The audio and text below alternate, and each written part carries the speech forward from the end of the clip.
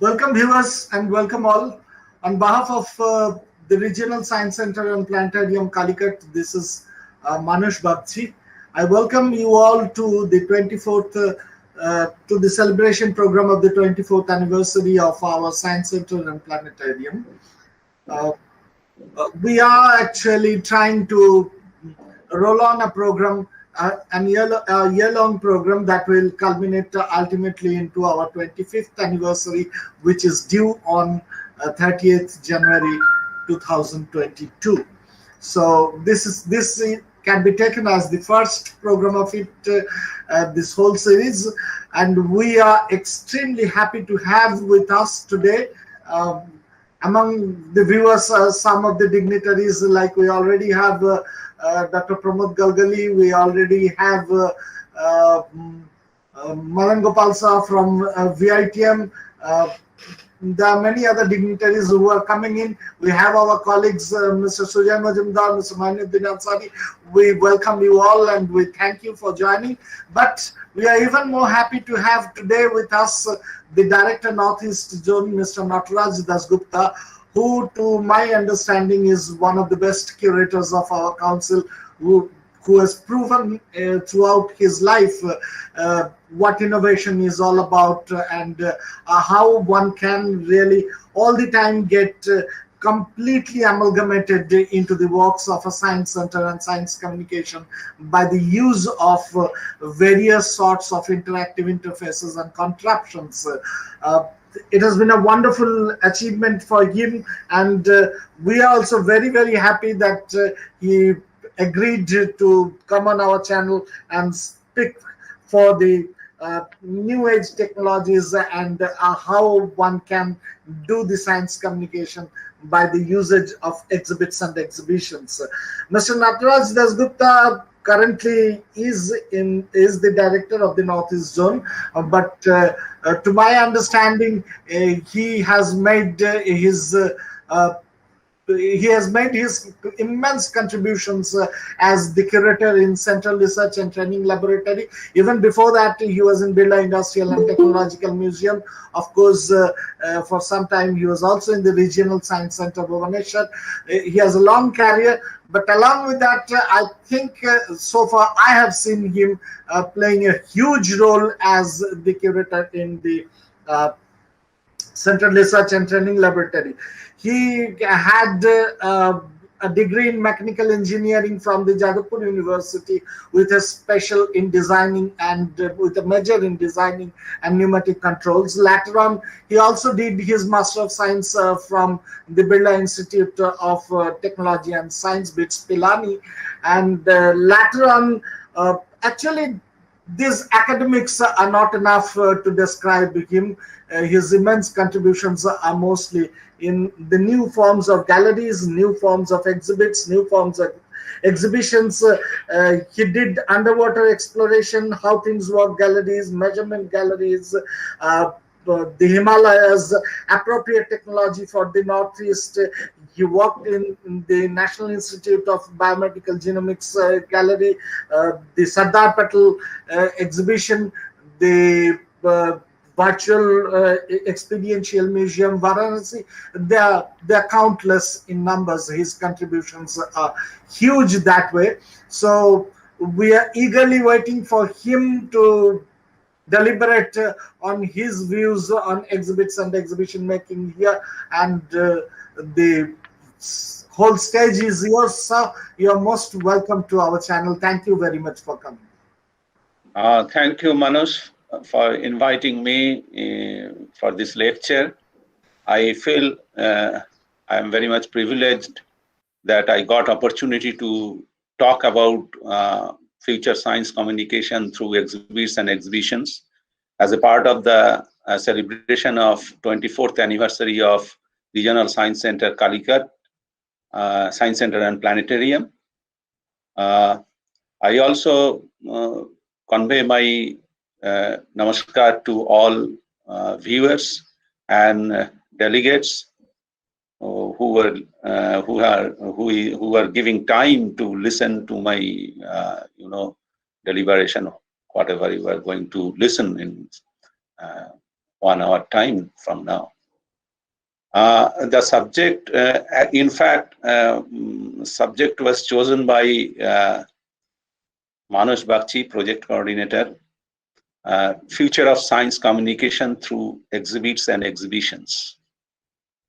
To talk about that, I will talk little about how science museums are functioning in India, and at what extent, and what is the impact of the science museums.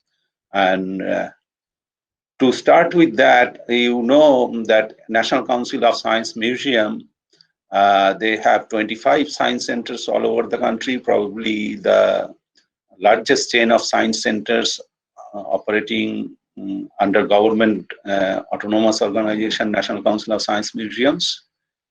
And there are plenty other science museums in different states. That is also in numbers, maybe around 30 or so, and many are coming up. In fact, National Council of Science Museum is the instrumental in making those science centers, science museums. And there are many other science centers and science museums which are independently developed in different parts of the country. Some of the for corporates and some of government agencies, government institutes. NCSM has hugely contributed in those science museums. So last, for quite a long time. Our science museum, the first science museum, Birla Industrial and Technological Museum, was really a museum of, the traditional kind of museums. But what I'm going to talk about is not really the museum, what we know as conventional museums, like any other old museums. I am really interested to talk in respect of science centers. Science centers is a bit different from science museums, though it is categorized as museums. Science center, what we have seen so far in India, it is not in isolation, it has developed in India. The science centers movement in the last 25, 30 years in India, it was parallel to other part of the world also.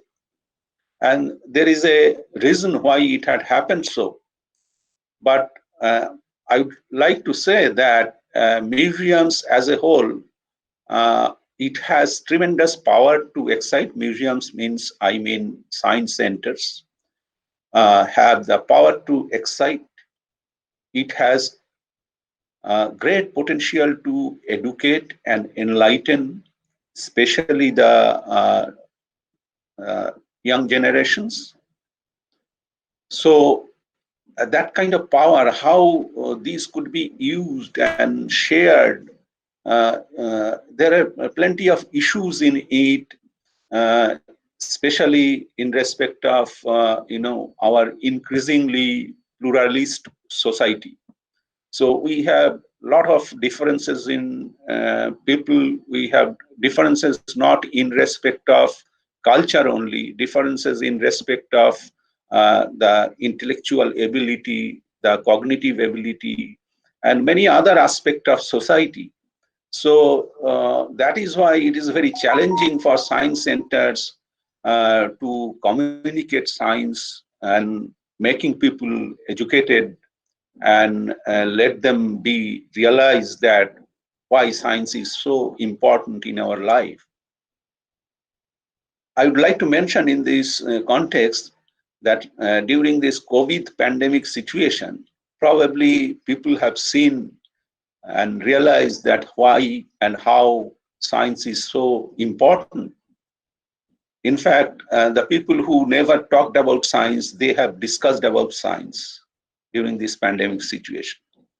People who are of different fields, may not be in the line of science or so, they are also interested to know about science of COVID pandemic, because it is very much related to our survival, very much related to our,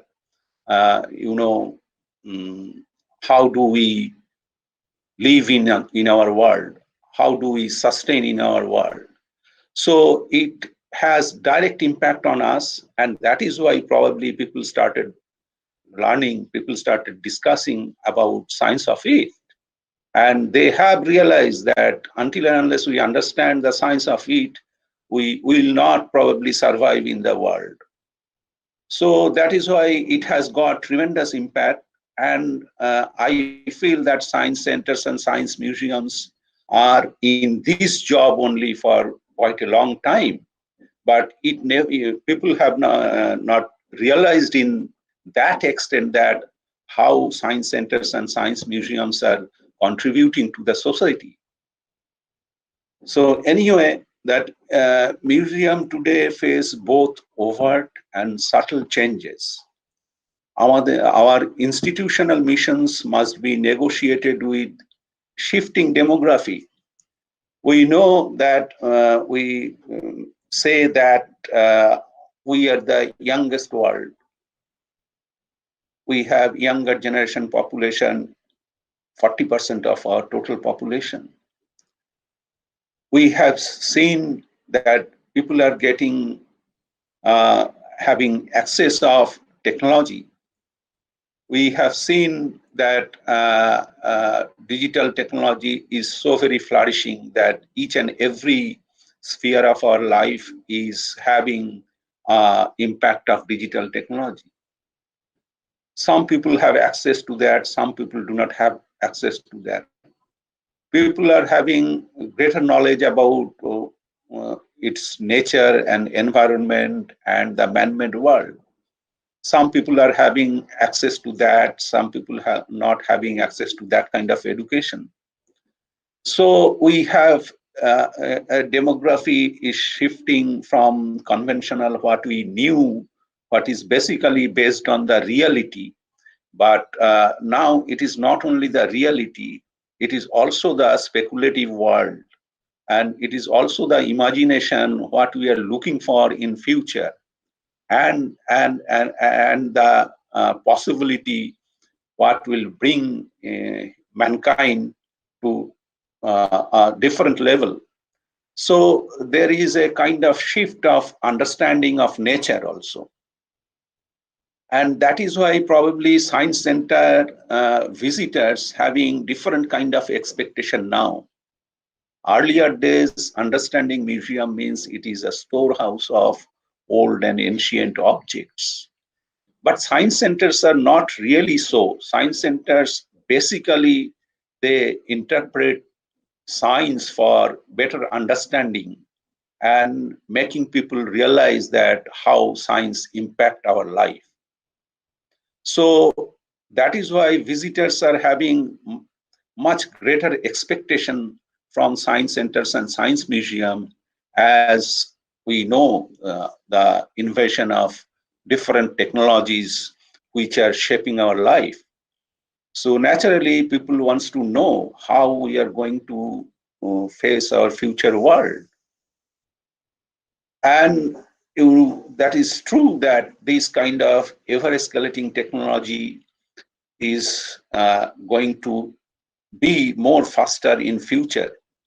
So the change of technologies and the impact of those technologies in our life will be very immense and fast changing.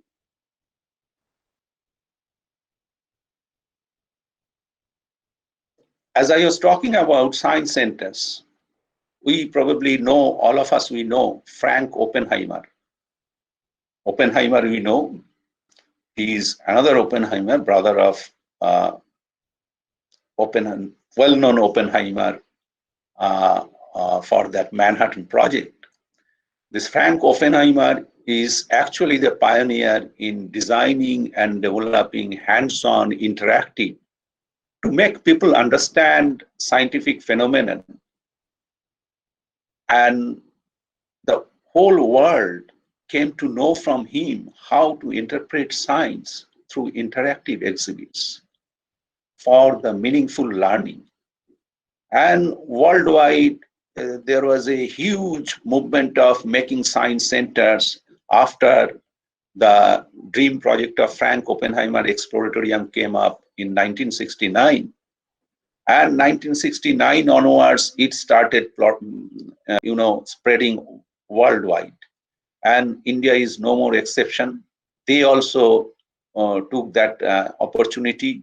And it has been established worldwide that Science Center has got, its stand with respect to its society, and it really creates a ripple and impact on the life of life of the people who are really living in this modern world. So that is why I would like to mention that this interactive exhibit is the way of making people aware about science, making people understand science, making people realize science.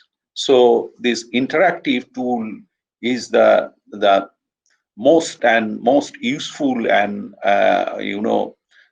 most wanted aspect of presenting any content or any communication in respect of science to the people. So I will emphasize in that respect only interactive exhibits, how we are thinking to create such kind of exhibits, and what is the deep understanding of interactive exhibits, and how these are helpful in for communicating science.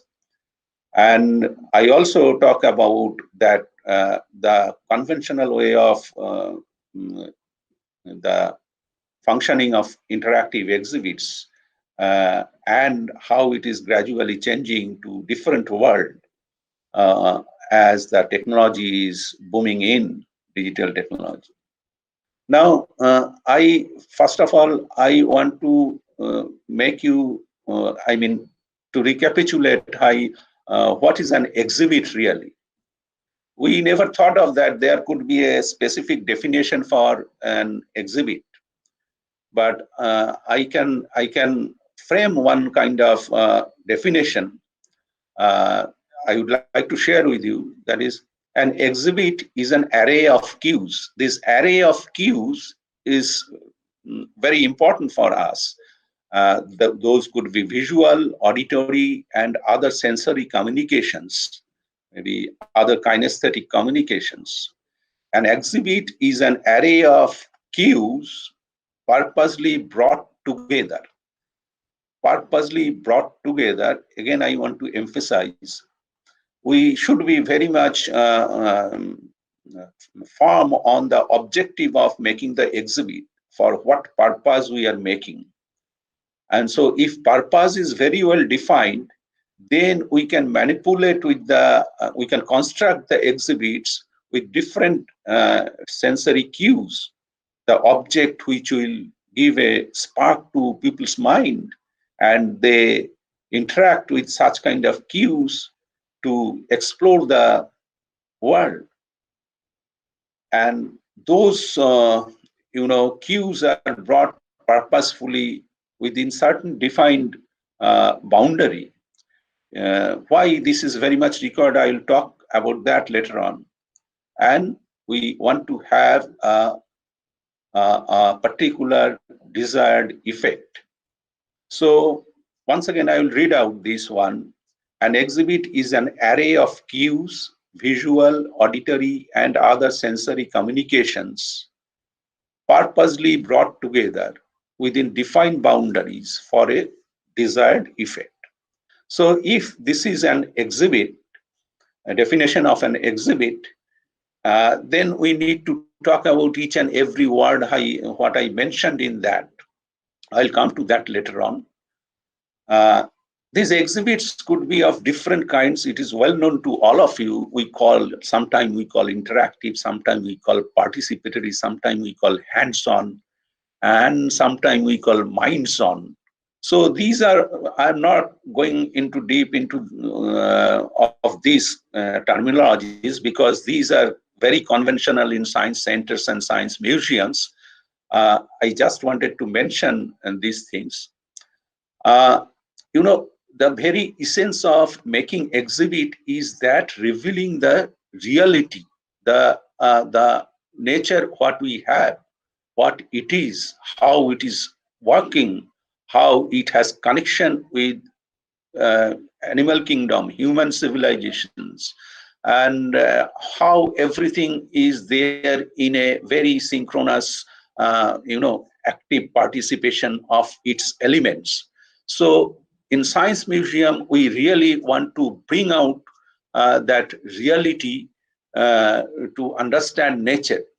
Humans have always been fascinated in recreation of reality to understand nature, and as well as man-made world.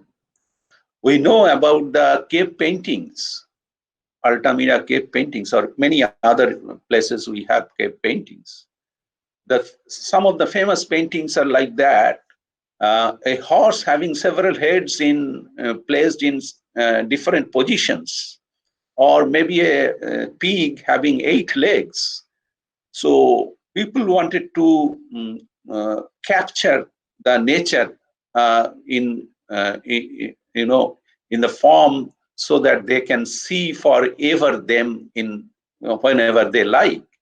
So they wanted to create the reality, and if in contrast now we know that we have 360-degree VR visualization.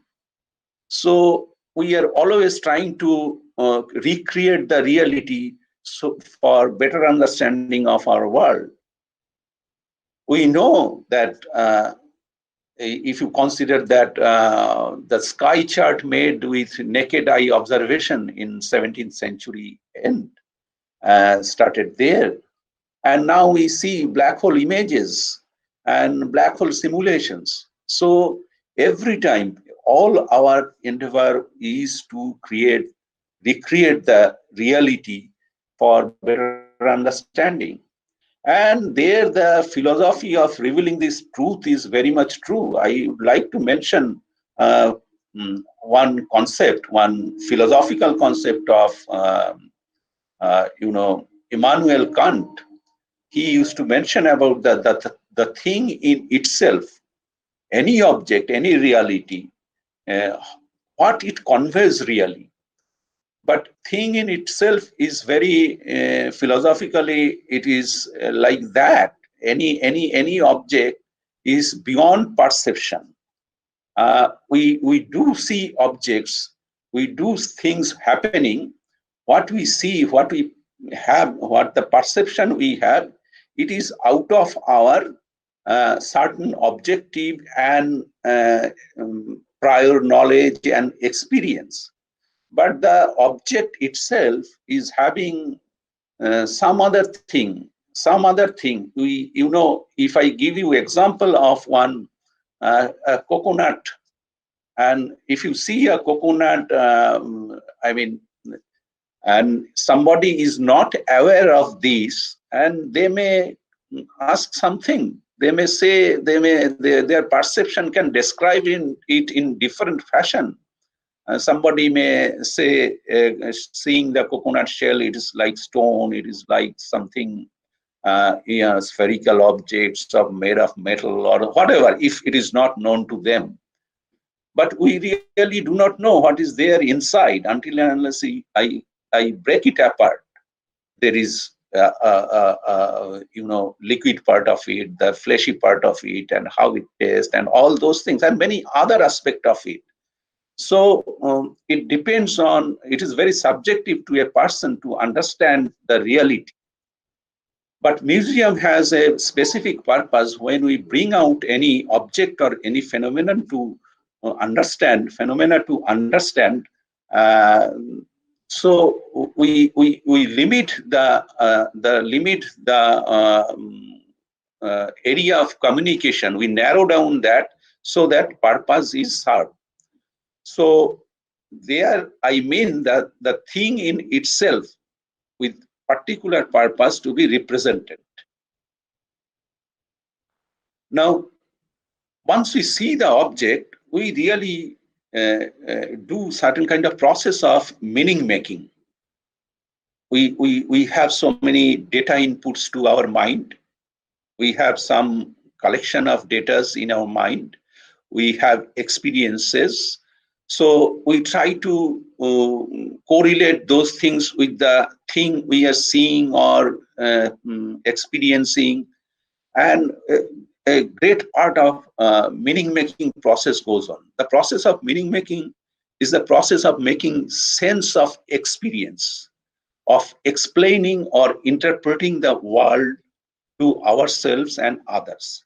In museum, meaning is constructed from the objects what we display, and from the museum environment itself.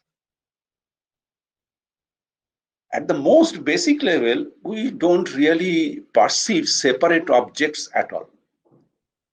This is very typical, process of seeing things and understanding things. We perceive our nervous system responds to a boundless flow of different inputs, electromagnetic waves, biochemical reaction goes on inside our body, and our brain slots certain neural responses pattern into sensory pathways we call as sight, smell, or tactile, whatever way. Those are simply a tool to accumulate, data from environment. And assimilation is done with the brain, and there it goes, the meaning-making process. But abilities like synthesia, the process of all together and making them correlated, shows that even the boundaries between the senses can be blurry, deceiving, and unknown. I will go to that, how it is deceiving and unknown and how we interact in the later part of the lecture. But all this, what I'm talking about, there is a typical term called dimension of association. All this talk of dimension of association points back to a far more profound idea about how our brain works. We understand the meaning of the object in terms of the meanings of other objects, other chunks of reality to which our brains have assigned certain characteristics. In the brain's taxonomy, there are no discrete entries or files, just association that are more strongly or more weakly correlated with other associations. So is this dimension of association is the primary for meaning making. Whatever the relationship with meaning making and association of different inputs turns out to be, the implication is in our brain, meaning and association go hand in hand. In the brain, even our most abstract concept depend on our own real world experience. Until and unless we can connect with something, it's very difficult for meaning making. Even sometimes we don't understand, we try to construct some meaning out of it. In many abstract matter, it happens. So, if I talk about this one, that reality, one can ask whether or not all the realities, the parts of the realities have something in common.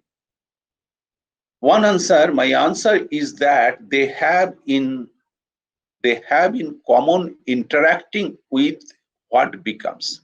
If we interact similarly to an object, then reality is same to all. If we do not interact similarly, and most of the time that is happening, we individuals are having different knowledge priority, we have different experiences, we have different kind of orientation of working, we have certain kind of objective, and these are different to different people. So meaning making is also different to them if we do not have common purpose of it. One can ask further, what is the nature of what becomes? And answer, I can tell you that it becomes is realities. What becomes consists of interaction with what becomes. It is very, kind of juggling of words, and the meaning is very in-depth. We can find out different kinds of, interpretation of it. Anyway, that is the part of reality. The realistic interact with each other.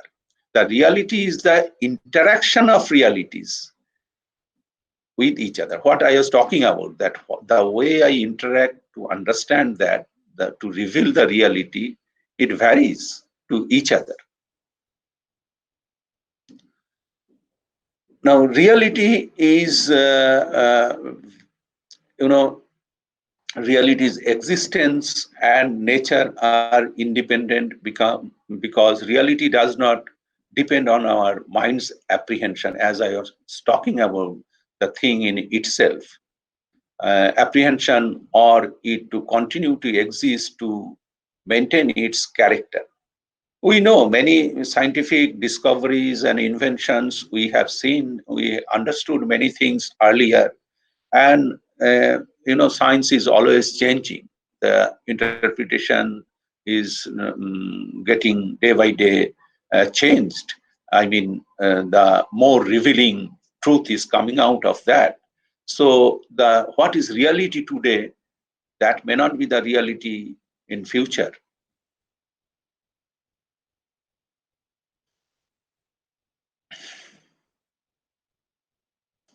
So the problem, what is reality, arises from a consciousness of ourselves as living in world, which seems to be outside of, and yet is the cause of our conscious life. Our reflections on this led us to wonder if we can know of the world beyond our perceptions. So to know the world beyond our perceptions, it is very important nowadays. I will come to that later on. The underlying cause of our consciousness of appearances, the world of the underlying cause, we call reality, the thing in itself.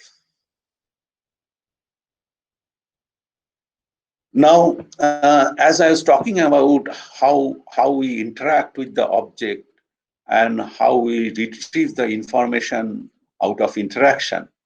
So this interaction operates at the boundary of human senses and its environment. With the pervasive advent of digital technology, the boundary is really blurring and creating new context and meaning beyond the conventional hands-on interaction. Over the past several years, museums have been really pushing to try to introduce more technology purposefully. Designers, the exhibition designers now have the responsibility of making sense of this continuously evolving digitally mediated world. So I actually think that the future of museums lies in more creative and innovative ways to have the integration of different mediums and technologies. Right. There are plenty other aspect of it also, like softer part of it. We know that earlier traditional model of museums was kind of passive observations, and the later part of it became little bit of active, and gradually it entered into interactive one.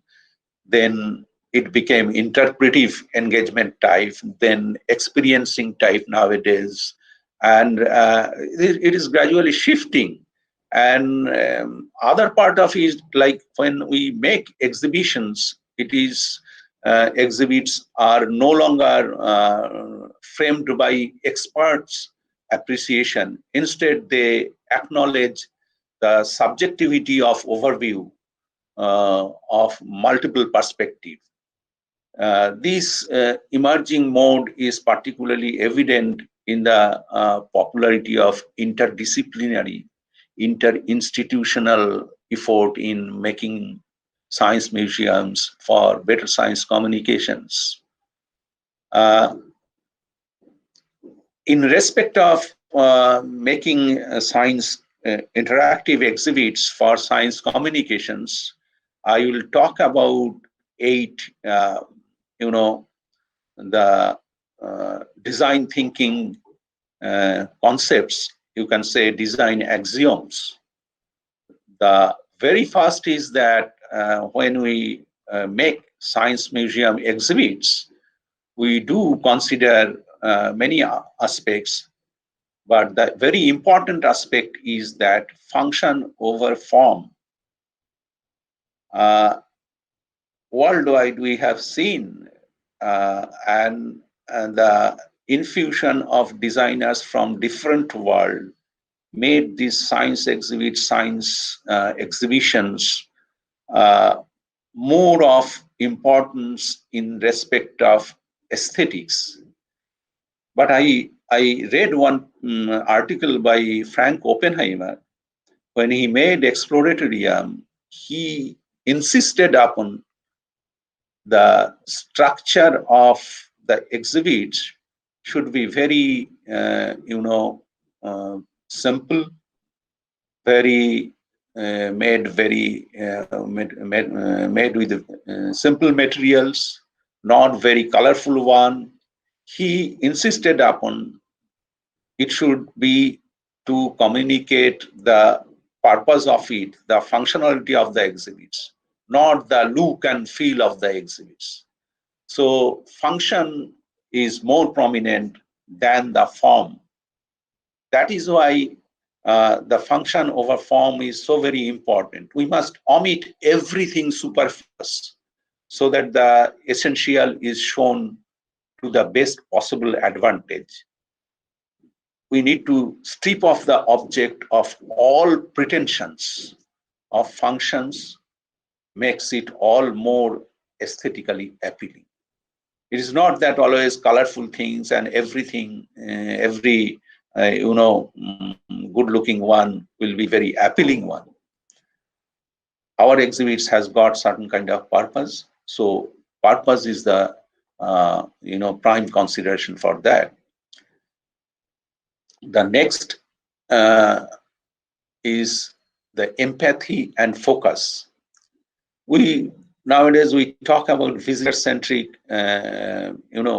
exhibits, user-friendly exhibits. Earlier days, it was like a work of curators.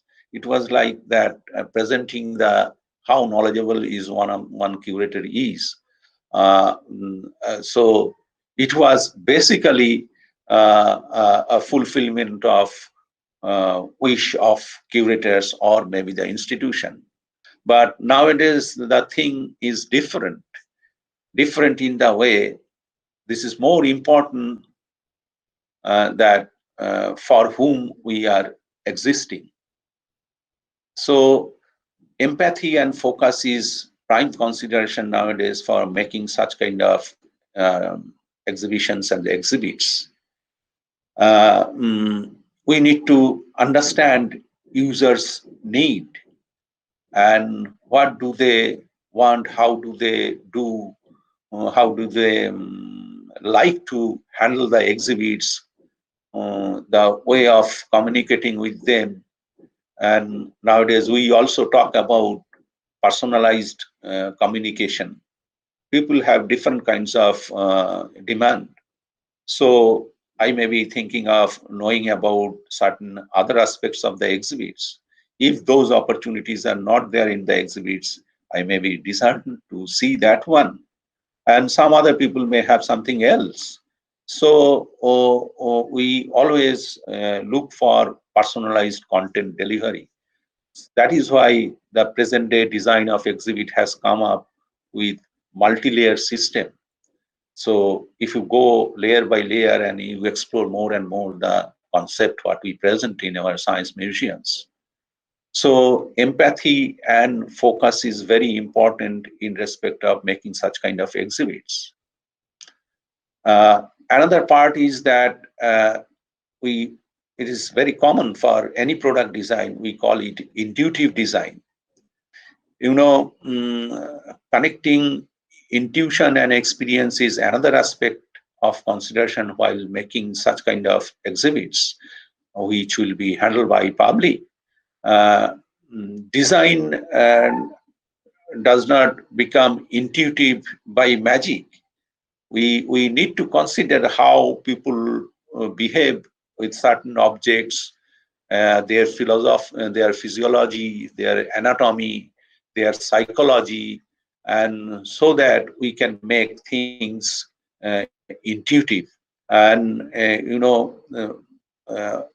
the experience design as intuitive because we have encountered something like that before.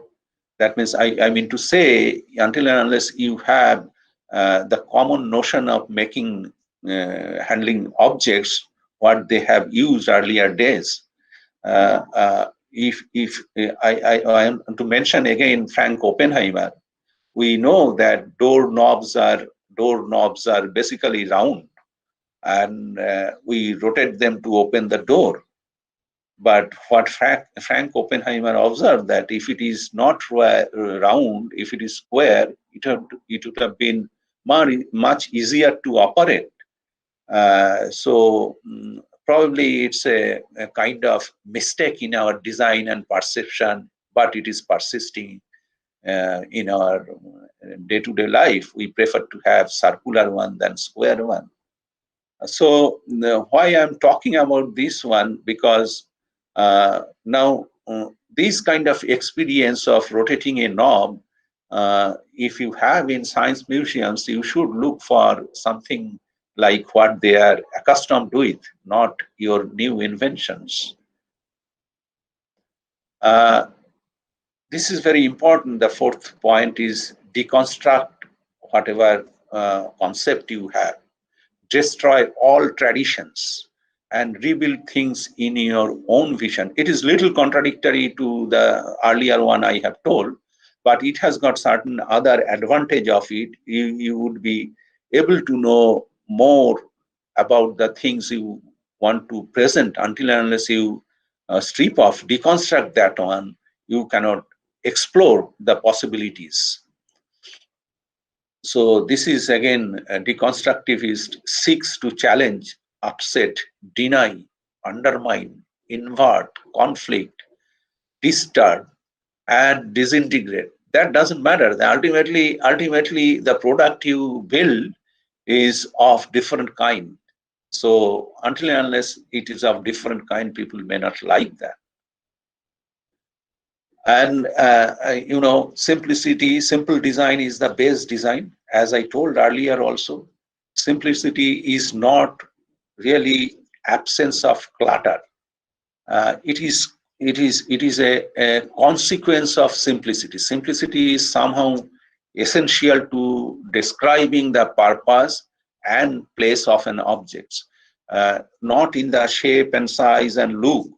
It is also how we present the content, how we'll construct the content, how will we communicate this one, this message of it, how people gets engrossed with that, engaged with the exhibits. So if we consider everything to be a simple way of making things, that really works better than any complicated one. And it is also to consider that the society, the culture, the demography, the education, and so many other aspects of it, how I'm going to present my content. So it's whatever we make, ultimately it becomes cultural artifact. Designs are good only when they are part of culture, not just aesthetics or not just function. And the seventh is, it's very important, but it is very subtle once again. That great design is really pleasing. Pleasing any activity in our life, what we do, until and unless it is very pleasing, we don't get satisfied out of it. Even if you go to a cinema theater, even if you go to a stadium to see a game, if it is not comfortable, if it is not really pleasing, you don't enjoy it. So people who are coming to science centers, they are also trying to extract pleasure out of their time spending in science museums. So when they are come to science centers or science museums, they really interact with different objects, exhibits, different shows and other things goes on there. So they derive pleasure out of it. There are four kinds of pleasure really they look for in science center, science museum environment. That is, number one is, I call it physiopleasure.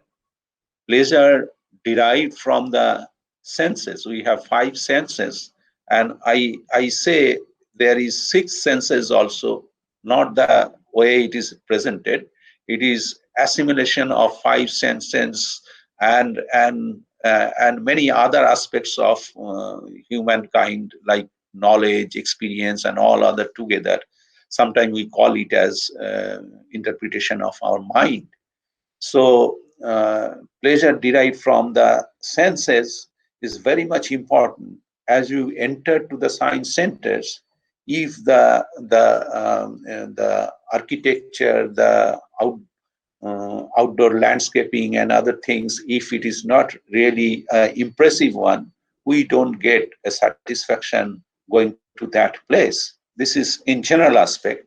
But for each and every elements in science museum, until and unless very well designed so that they are people can derive pleasure out of it. I'll give you one more very simple example.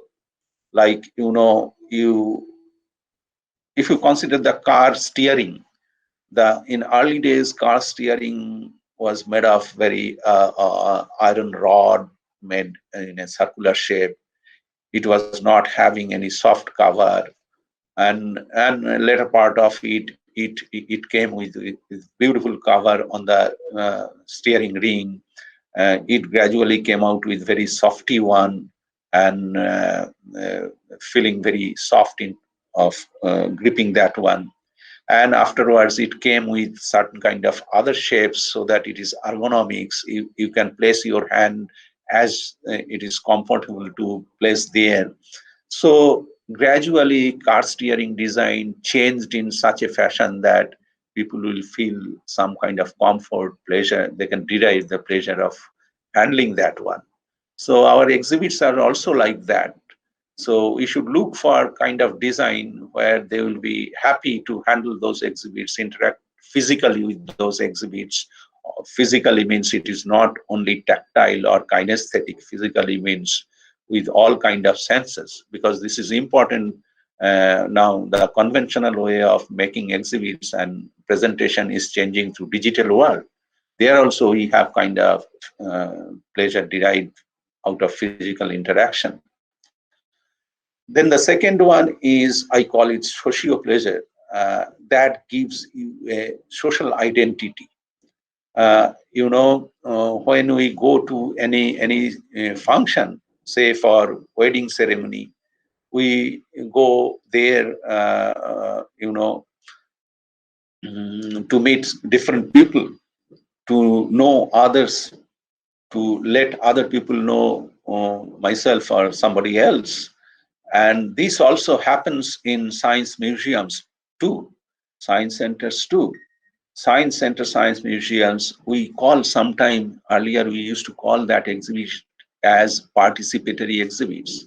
That means we are making conversation with the exhibits, conversation with the co-visitors, and conversation with the exhibit has taken different shape in digital world nowadays. Now people are able to communicate with the machine, I mean computer, that whatever way I want to get the information from that, I get it. Whatever question I get the answer immediately, or the computer itself follows me, and they deliver content as I want. So in it's a kind of virtual social experiences. In Science Museum also it happens. So we have many kind of other programs to communicate with the people. We have science shows, science demonstration, lectures, and other things. We constitute a group of visitors as a family and a social gathering. So if I find that going to that, I get my, importance of my identity, my entity, and I get the respect of my eagerness to know science or my knowledge. So I get, derive pleasure out of that. This is called sociopleasure. And next is that I call it psychopleasure. Psychopleasure is that pleasure from the satisfaction felt. I will give you one simple example. It happens to aged people mostly. Like if someone goes to ATM, now ATM is very common. Earlier it was difficult. Nowadays also they are changing the interface that it becomes sometimes unintuitive because of a lack of experience in that area.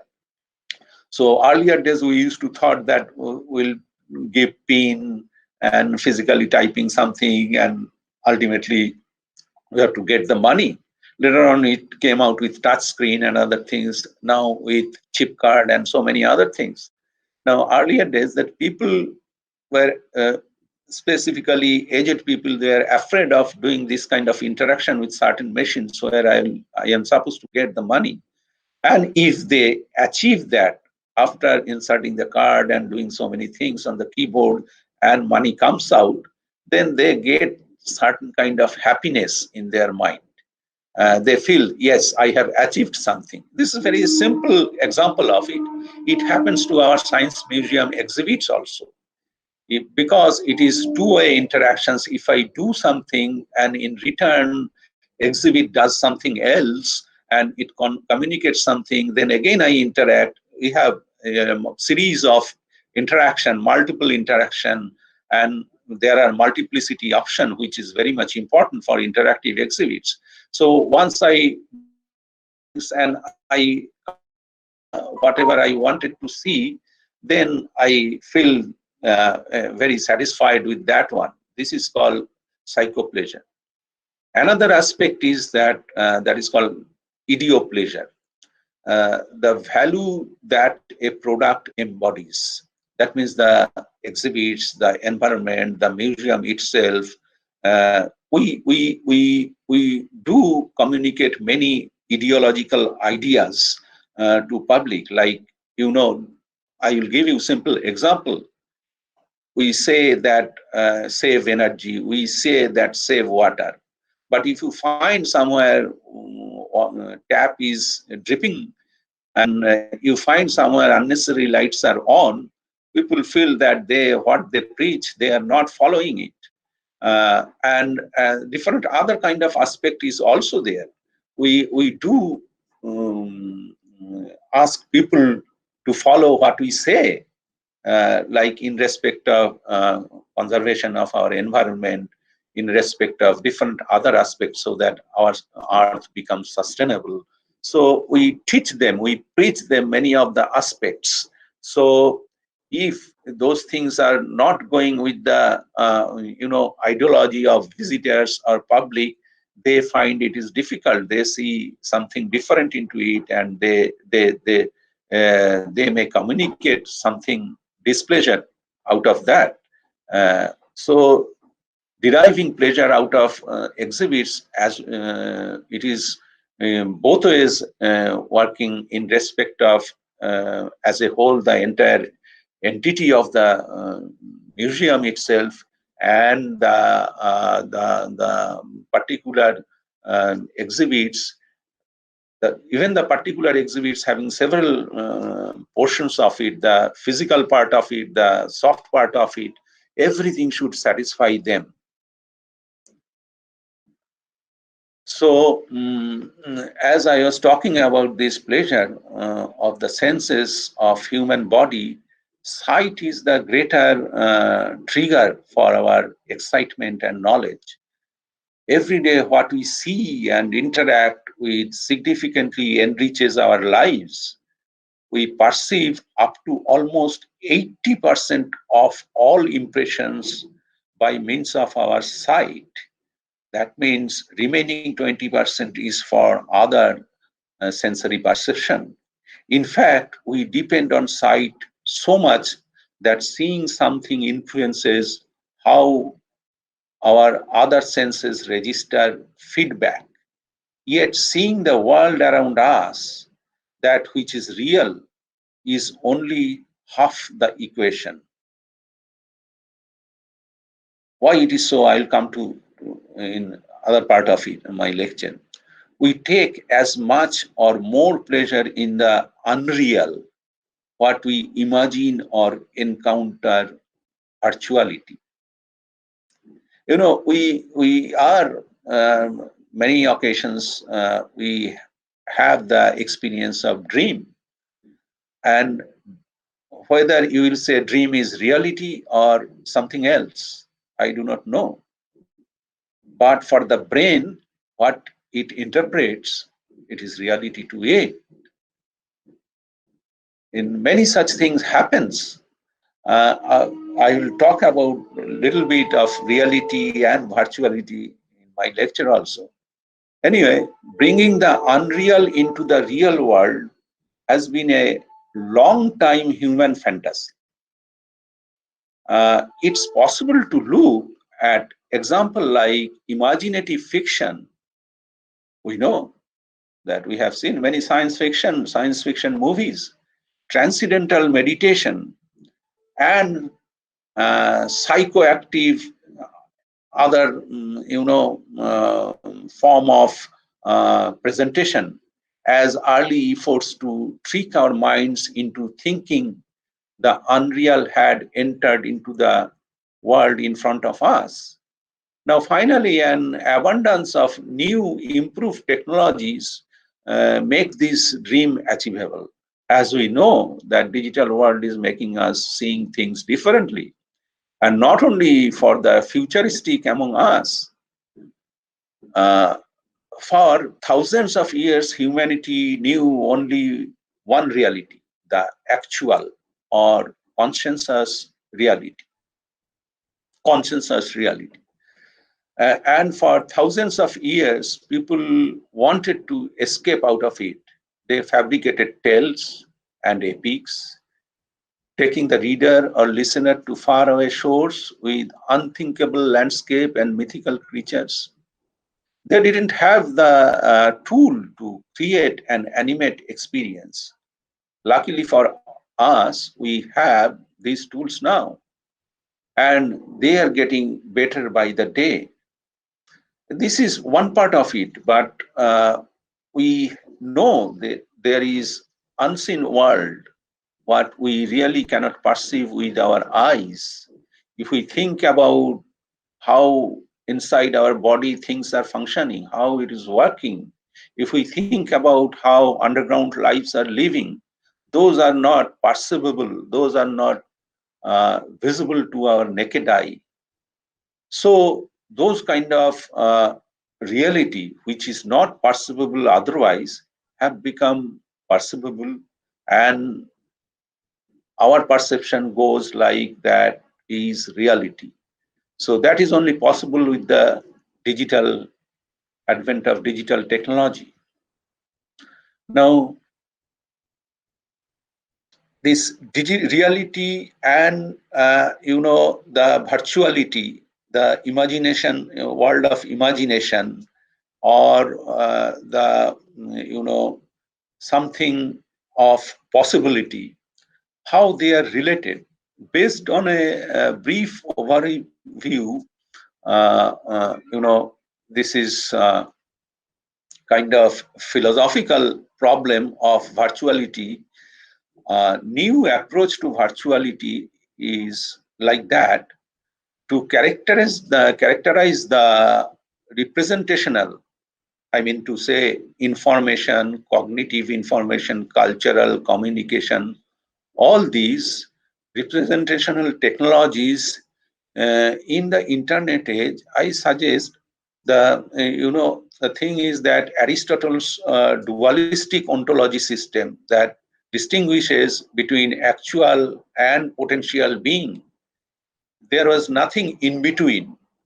But in modern days, it is becoming a bit complicated. We cannot have this kind of dualistic presence, either or. But we have a continuum of, reality and of potential being. That means the virtual world. So this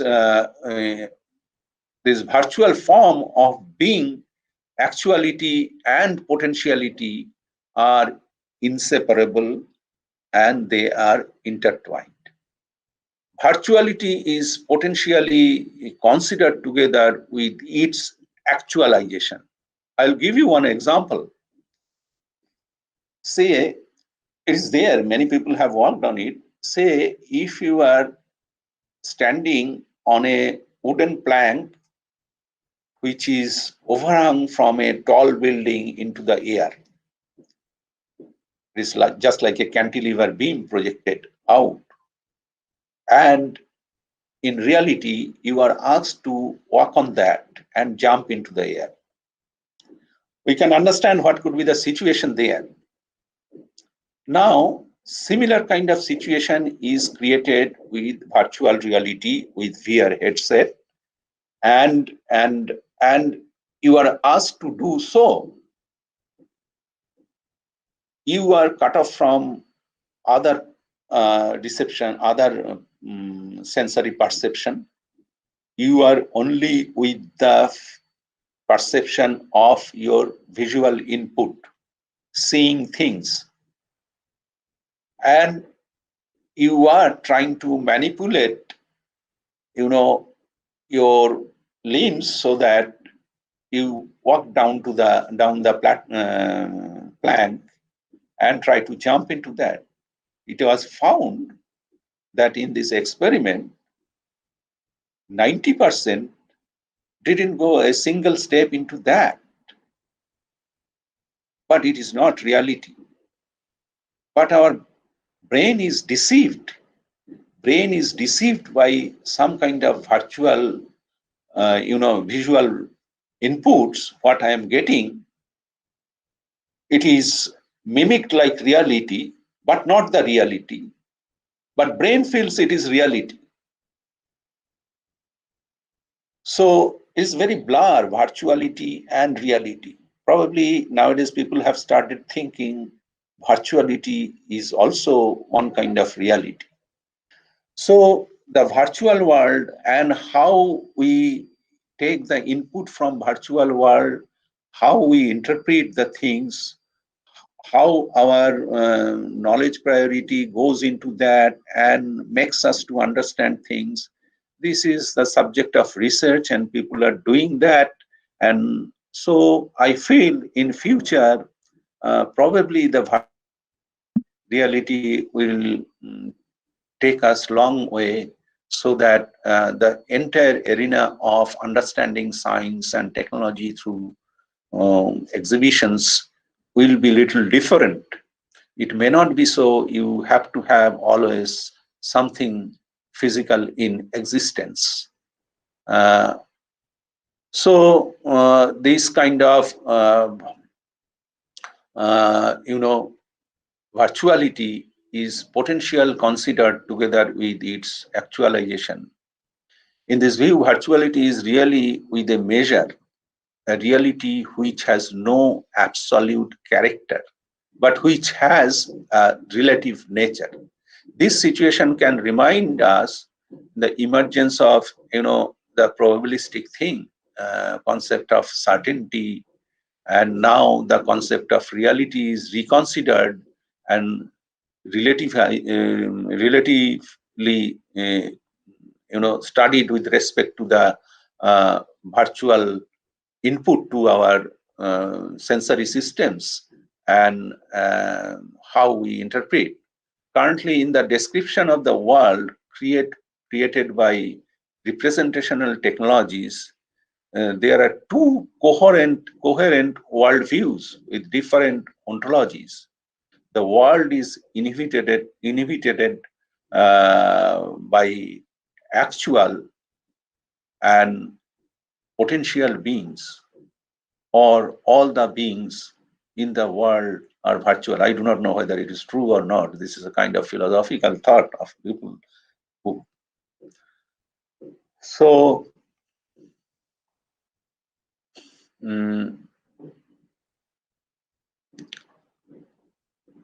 so what we are going to see in future, the Science Museum exhibits science exhibitions at present, and what it is going to be in future in respect of values.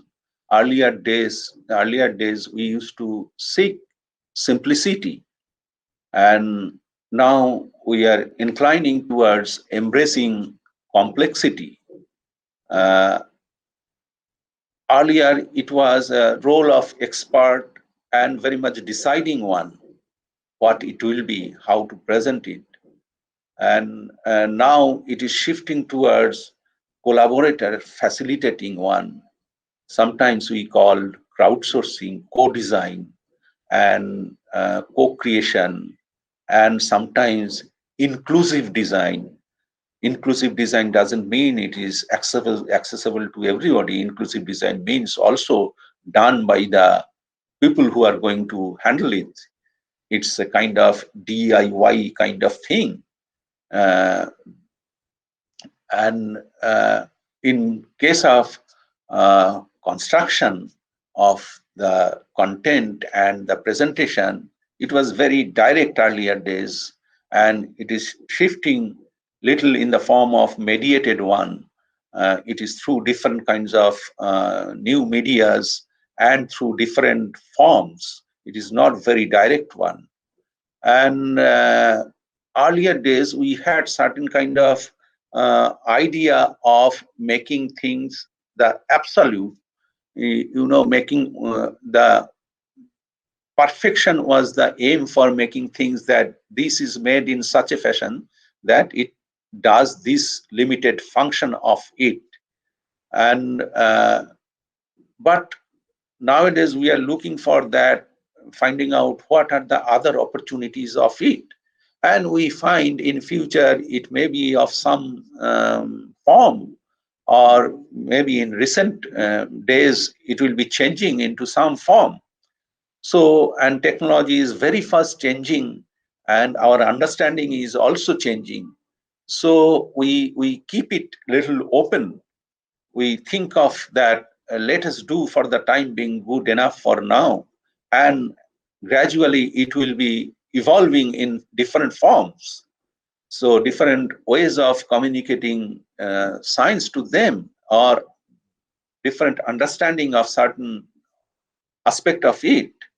And so that is why the result was more deterministic in earlier days, as people are coming to the science centers and seeing things and interacting with the objects. But now it is less predictable. We cannot really predict that whether people will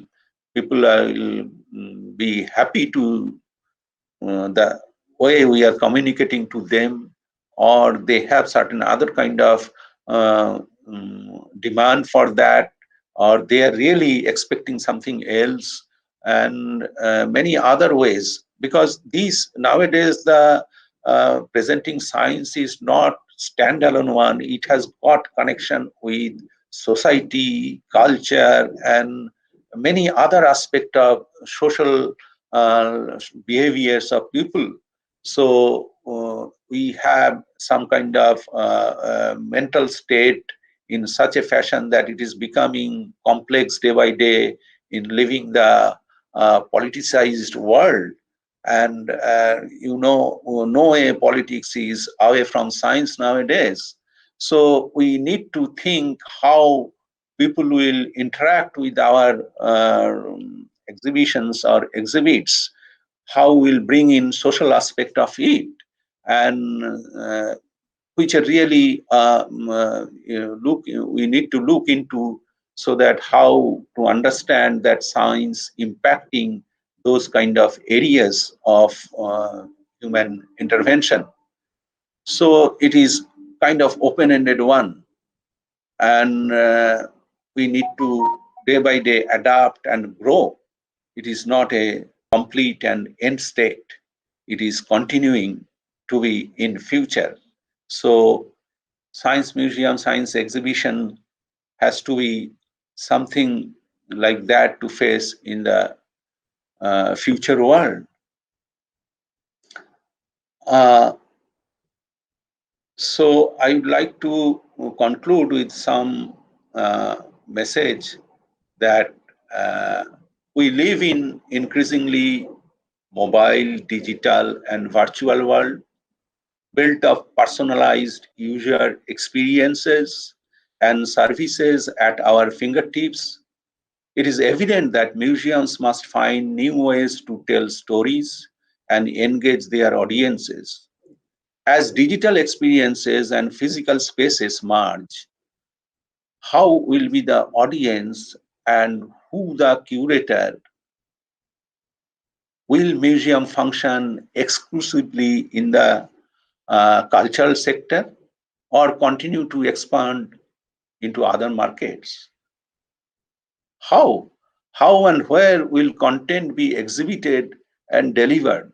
Museums in digital age explores the implication of pervasive virtual life and shifting demographics, which with the aim of progressing strategic ideas and design concepts that can be shared and co-developed further. So it is speculation, but probably the speculation we need to explore in coming days, and we need to act accordingly. Future is not like uh, foretelling for that. Future, we have to look into such a fashion how we act now. That's all. That's all my whatever I wanted to tell you. If anyone is having to discuss any aspect of it, I am free to do that. I would love to do that. Thank you very much, sir, for your deliberation, philosophical overtone. We will take questions. If you have any questions, kindly come in. You may in the chat box, or you may also just unmute yourself and ask the question.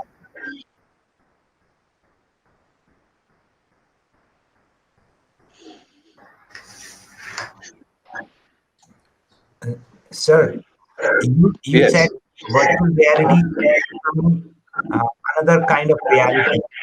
How Yes. can you once again give light on this concept in museum setting? That's what I gave you one example. Our sensory system works with the inputs from environment, right? And we assimilate all informations in our brain, what we acquire through our sensory organs, right? And that we call reality, perception of the reality. And if you are deceived in such a fashion that your brain sees something what is happening really in reality, and your perception is like reality, we cannot tell that really a virtual one, because it impacts physically, physiologically, anatomically, psychologically to us. So people are considering that nowadays, they are considering that virtuality is not really a virtual world. It is something is going to be like reality-like, which is not reality so, but it has got impact like reality. Okay. Thank you, sir. Thank you. Yes. Any more questions? And while others are trying to frame their questions, I have a question for you, sir. Yes, yes. My question is that what should we seek when we go to the science museum? People generally, we know they seek pleasure, but whether it's pleasure or pedagogy, we are running into a type of system in which quite often we find that the exhibits are sweet nothings. A nice thing to see, a nice thing to look at, but it doesn't give anything out of it. Yes, yes. Yes, I understand. It is a very interesting question. You know, there is a notion that science museum is the place where we insist upon learning. We insist upon learning. It's though it is not formal setup for learning, we insist upon learning. But what I feel is this kind of notion is gradually changing. Science museum should be such a place where people will come and they will have. It was there earlier that we used to call free choice learning, but it is little different from that. Thing is that science museum should represent the reality, the truth as it is true for everybody. There should not be any kind of biasness, any kind of misinterpretation. We need to bring out the reality of our world and let people derive whatever they want to derive from it. It is not our responsibility make them learn this, or make them that you must know this, you must know this. It is not our responsibility. It is responsibility of the viewers who are coming to that, whether they are the thing what they want to know or maybe discover there after coming to the museum, and let them assimilate it and connect it to their life and realize what it is really, how it impacts them. It is our role is to facilitate, not to forcefully impart on them. So there it lies. Until and unless people are having pleasure of going someplace and enjoying the things what they are having there, and they will automatically gather the thing what you want to convey, if it is correct, if it is correctly presented, and you need not bother about that, whether they are learning or not. They will learn automatically. Your role is to bring it to them as it is, without any deformation, without any biasness, without any misinterpretation. Bring out the reality. And here lies the second level of confusion that I really have, that you stress upon reality. But reality is layered. Reality is very much dependent on the point of view. So what is reality? And secondly, when people come to us, don't you think that they come to us to have some sort of guidance of ideas? When we go to the doctor, we don't just expect that the doctor will describe the disease and tell the reality and leave the prescription. I understand. You are going to doctor with certain kind of illness, what you are facing. Yes, when people are going to museum, they are not going with any such problems. They are growing open-minded. So they do not have any specific thing to know from there. Of course, if anyone is having specific necessity to know from the science museums, that is different activity. That, of course, museum should take that kind of address that kind of queries to people, but not in general. So do you think that the museum should not take any stance in social or controversial issues even? Or Of even course, I said that reality, the truth, the revealing the truth. If it is true, if it is reality, we must take stand. Okay. Okay. Anyone else? Any other questions? I don't find anything in the chat box. Any questions from anyone? Please, you may come up. Well, if it is not there, then we will end up this session. Thank you very much for joining this session. Thank you, sir, and thank you all the participants for joining in. Thanks. Yes, please. Thank you very much to all of you. Yes. So we will continue with our program, and we welcome you into the next session if you are interested in. So, well, with this, we end up this session and look forward to the next one. Thank you so much. Thank you very much. Thank you.